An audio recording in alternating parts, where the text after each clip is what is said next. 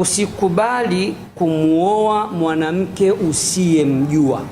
Usikubali kumuoa mwanamke ambaye hujawahi kumuona, bali mafundisho ya Mtume Muhammad sallallahu alayhi wasallama yanatufundisha unapotaka kuposa sharti umuone yule mwanamke unayetaka kumposa. Kule kwetu Temeke wanasemaga usikubali kuuziwa mbuzi kwenye gunia. Lakini pia usikubali kumwona mwanamke kupitia picha. Siku zote picha sio ile reality yenyewe, na hakuna mwanamke kwenye picha anatisha, wote wanapendeza kwenye picha. Kwa hiyo hii kanuni uichukue. Ukiletewa picha na mama na sijui na khala yako sijui ya ammati yako ambaye bwana nataka kumuona live bila chenga. Hii ndiyo mafundisho ya mtume wetu Muhammad sallallahu alayhi wasallam. Mtume wetu Muhammad sallallahu alayhi wasallam kama mwalimu bora duniani,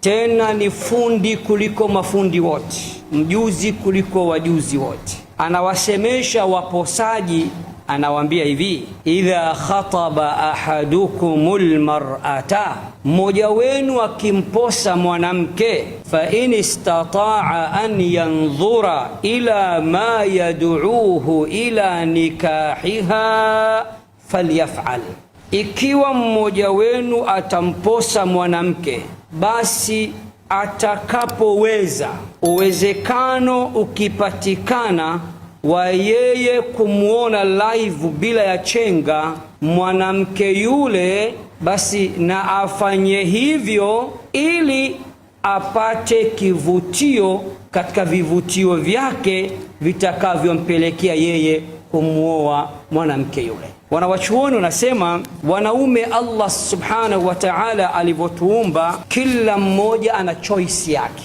na hakuna mwanamke mbaya duniani. Wanawake wote wazuri. Anaweza akawa mbaya kwa macho yako, lakini kwa mwenzako beautiful, bomba kweli kweli. Na utamwona mtu pengine kamuoa mwanamke labda makengeza au chongo au ana problem katika macho yake, lakini yeye anakuambia sio makengeza, ni staili yake tu hiyo. Kwa hiyo yeye anamuona yuko sawa sawa, kwa macho yako wewe unaona hayuko sawa sawa.